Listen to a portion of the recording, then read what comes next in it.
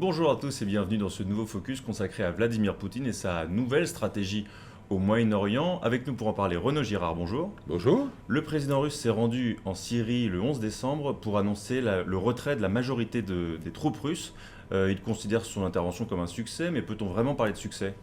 Bah oui, de son point de vue, puisqu'il a été appelé à l'aide en septembre 2015 par un régime qui est un vieil allié de la Russie, le régime bassiste, le régime de Bachar el-Assad.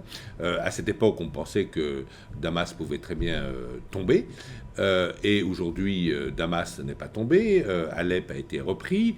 Le régime bassiste est en train de reconquérir presque l'intégralité du territoire de la Syrie.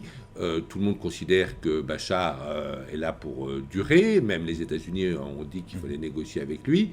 Et donc, du point de vue russe, c'est sûrement un succès.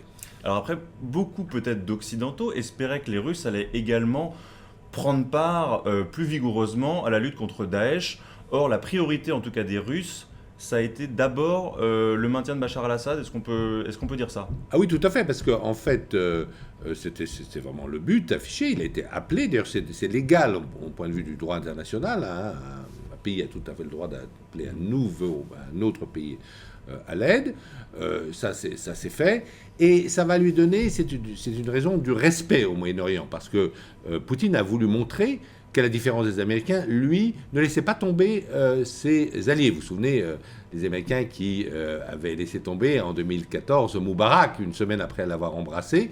Et bien là, lui dit, moi je suis fidèle avec mes alliés, et ça, c'est respecté dans l'ensemble du Moyen-Orient, y compris par des gens qui étaient les rivaux des Russes, par exemple les Saoudiens. Et vous avez eu une visite récente du roi Salman d'Arabie Saoudite à Moscou. La deuxième raison pour laquelle il est intervenu, c'est aussi pour garder et pour consolider des bases sur la Méditerranée. Et puis, en politique intérieure, Poutine voulait se présenter comme le défenseur des chrétiens d'Orient, puisque ce n'est plus la France, et il se trouve que 2 tiers des chrétiens en Syrie sont des orthodoxes, donc il a montré qu'il est bien le défenseur des chrétiens d'Orient.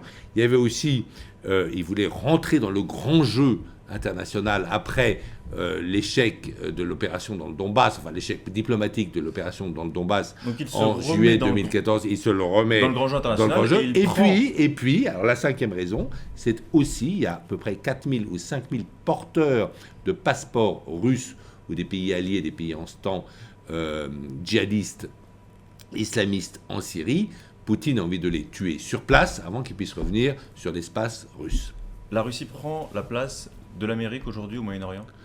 C'est tout à fait. Aujourd'hui, l'Amérique est complètement partie du Moyen-Orient.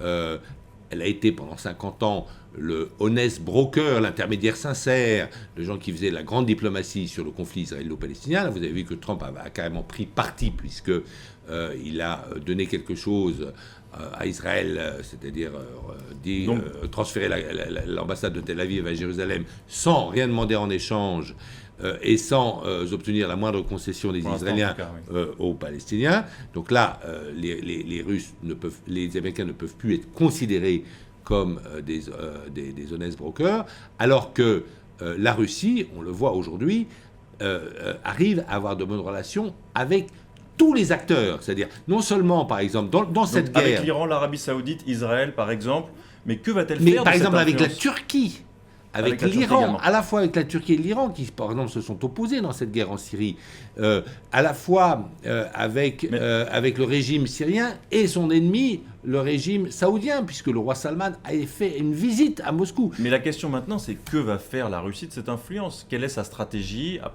moyen terme, long terme au Moyen-Orient ? Alors, je pense qu'il y a d'abord, pour elle, ce qui est très important, c'est que la Russie est un très grand acteur pétrolier. Et donc, là, elle va, avec les autres grands acteurs pétroliers du Moyen-Orient, elle va faire une sorte de cartel, ou essayer de constituer une cartel. C'est une des raisons pour laquelle le roi Salman d'Arabie Saoudite est allé en Russie, avec des pays très importants producteurs qui sont aussi les amis et les alliés de la Russie.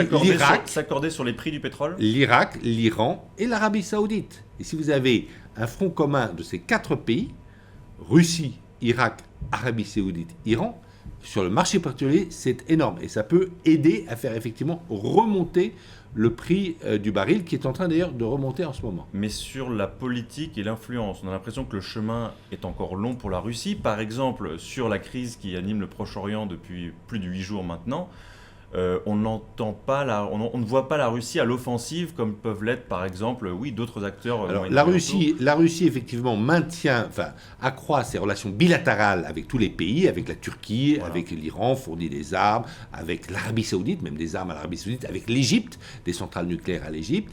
Mais effectivement, elle est prudente dans les grands dossiers diplomatiques.